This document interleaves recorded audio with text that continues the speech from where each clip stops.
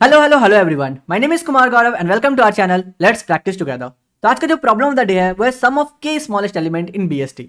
और जैसा कि आपको पता है कि जब भी बीएसटी का हम लोग प्रॉब्लम ऑफ द डे करते हैं तो हम लोग सबसे पहले बीएसटी के कैरेक्टरिस्टिक्स को डिस्कस कर लेते हैं।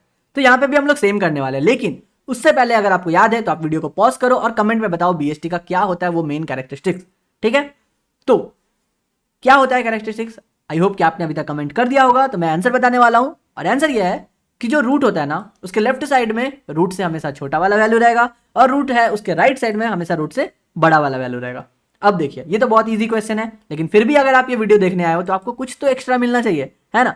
तो मैं आपको कुछ एक्स्ट्रा देता हूं। क्या है एक्स्ट्रा? देखिए, अगर आप इंटरव्यू के लिए प्रिपेयर कर रहे हो और अगर आपसे इंटरव्यूअर ने ट्री से रिलेटेड क्वेश्चन पूछा तो भैया ये वाला क्वेश्चन आपको मिलने का चांसेस जो है वो 90% है। वो क्या है क्वेश्चन? कि अगर आपको मैं एक बाइनरी ट्री दूं तो अब आप एक प्रोग्राम लिखो जो कि आपको बताएगा कि वो जो बाइनरी ट्री है ना वो बीएसटी है या फिर नहीं है। और जो इंटरव्यू कभी कभी आपसे पूछेंगे ना, इंटरव्यूअर क्या पूछेंगे वो आपसे कि आप अपना बस अप्रोच बताओ, और वो आपका जो थिंकिंग प्रोसेस है वो जानना चाहेंगे। आपसे पूछेगा कि क्या कोई ऐसा मेथड है जो ट्रैवर्सल करने के बाद भी आप बता सकते हो कि वो बीएसटी है या नहीं है। तो देख रहे हो, आपको ट्रैवर्सल भी हिंट दे दिया गया है। तो अब आपका क्या होना चाहिए आंसर? बहुत तगड़ा आंसर होना चाहिए आपका। ठीक है, आप ये नहीं चेक करोगे कि लेफ्ट में मेरा बड़ा है रूट से या नहीं, ठीक है, राइट में मेरा वो छोटा है कि नहीं। अगर है तो फिर मैं बोल दूंगा कि नहीं वो बीएसटी नहीं है, अगर ऐसा नहीं है, अगर ये कंडीशन को फॉलो करता है तो बोलूंगा बीएसटी है। That is all theoretical answer, बढ़िया। लेकिन वो आपसे कुछ यूनिक आंसर चाहते हैं। वो चाहते हैं कि आप थोड़ा सा लॉजिकल सोचो, थोड़ा आउट ऑफ द बॉक्स सोचो। तो क्या आप सोचोगे? तो आपको मैं बताता हूं वो आंसर क्या है। आपका आंसर है कि मैं उस बाइनरी ट्री में ना ट्रैवर्सल करूंगा। कौन सा ट्रैवर्सल करूंगा? In order. अब आपको तो पता है टोटल 3 टाइप का ट्रैवर्सल होता है, in order, pre order and post order. In order का मतलब क्या हो गया कि पहले हम लोग लेफ्ट में जाएंगे, फिर हम लोग रूट में ऑपरेशन करेंगे, फिर हम लोग राइट में जाएंगे। प्री ऑर्डर का मतलब पहले रूट में ऑपरेशन कर लो फिर लेफ्ट और राइट जाओ, ठीक है। और लास्ट होता है पोस्ट ऑर्डर, मतलब पहले लेफ्ट फिर राइट और उसके बाद रूट। ये आपको पता है। तो जब भी हम लोग इन ऑर्डर ट्रैवर्सल करेंगे तब क्या होगा? देखिए, इसी अगर ट्री में हम लोग इन ऑर्डर ट्रैवर्सल लगाते हैं, इन ऑर्डर मतलब पहले हम लोग जाएंगे लेफ्ट में, फिर हम लोग रूट पे ऑपरेशन करेंगे, फिर राइट पे आएंगे, ठीक है। हम लोग बोलते हैं रूट को प्रिंट कर लेंगे फॉर एग्जाम्पल। तो हम लोग यहाँ पे आए, 20 का लेफ्ट एग्जिस्ट करता है, बिल्कुल करता है, हम लोग वहां पे आ गए। 8 का लेफ्ट एग्जिस्ट करता है, बिल्कुल करता है, 4 में आ गए, 4 का लेफ्ट एग्जिस्ट करता है, नहीं करता है। तो हम लोग क्या करेंगे? 4 को कर देंगे प्रिंट, बढ़िया। फिर हम लोग लेफ्ट कंप्लीट हो गया, रूट के पास आए, 8 आया, 8 को कर दिया प्रिंट। फिर हम लोग आते हैं राइट में। राइट में जब आते हैं देखते हैं वहां पे तो ऑलरेडी एक ट्री बना हुआ है, तो वो 12 अपने आप में एक रूट है। तो हम लोग क्या करेंगे? सेम ऑपरेशन, पहले उसके लेफ्ट में जाएंगे, फिर रूट जाएंगे, फिर राइट जाएंगे। तो क्या प्रिंट होगा? पहले होगा 10, फिर होगा 12, फिर होगा 14। और इसी के साथ हम लोग 20 के लेफ्ट साइड में सारा ऑपरेशन कर लिए। तो बचा मेरा क्या? 20 मेरा रूट है, 22 उसका राइट है। तो प्रिंट आया 20 और आया 22। तो इसका मतलब किसी भी बाइनरी ट्री में अगर हम लोग इन ऑर्डर ट्रैवर्सल लगाते हैं तो जो भी मेरा एरे बन करके आता है ना वो किस ऑर्डर में आता है? असेंडिंग ऑर्डर में आता है। अगर आपने ये आंसर दे दिया ना, बिलीव में आपको जो एक्स्ट्रा पॉइंट मिलेंगे, आप मुझे बाद में थैंक यू बोलना।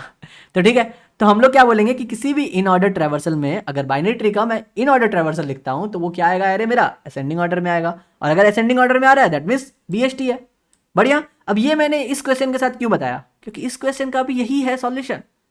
वीडियो को पॉज करो, आपने 114 डेज पीओटीडी बनाया है, ठीक है। तो इस क्वेश्चन का आंसर इतने हिंट देने के बाद अभी आपको आ जाना चाहिए। अगर अब भी आप नहीं बना पा रहे हो खुद से तो भैया आप में थोड़ा सा तो कुछ प्रॉब्लम है आपके लर्निंग टेक्निक में। और आप उसको कैसे सॉल्व करोगे? सिंपल, आप you feel free to ping me in Instagram और लिंक्डइन, कहीं पे भी भैया पिंग करो। देखो, आपको जो है एक मेंटर की जरूरत है।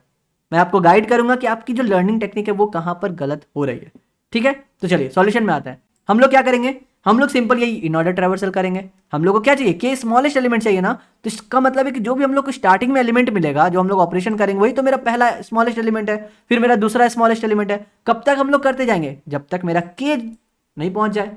के इक्वल टू 3 है ना, अगर हम लोग डिक्रीज करेंगे तो के मेरा 0 हो जाना चाहिए। समझ रहे हो?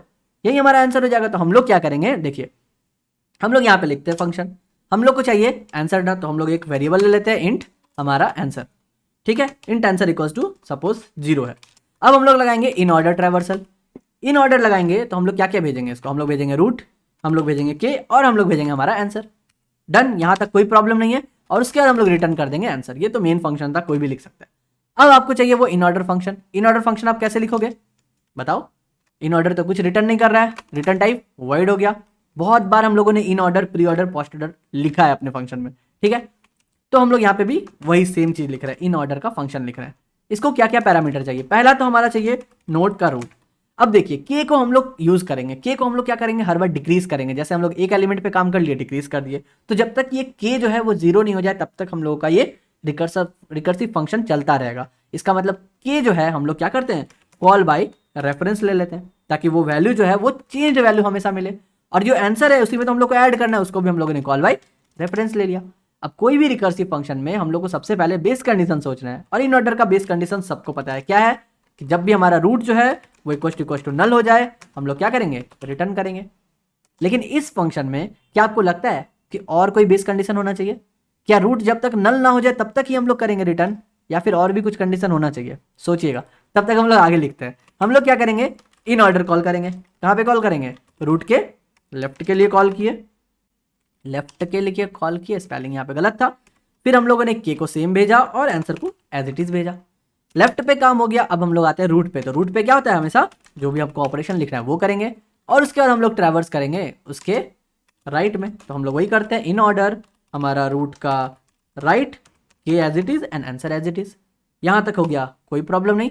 अब ऑपरेशन में क्या होगा, ऑपरेशन में होगा कि अगर मेरा के जो है वो ग्रेटर देन जीरो है, तभी तो आप कुछ ऑपरेशन करोगे ना, क्योंकि के अगर जीरो हो गया तो हम क्यों ऑपरेशन करेंगे।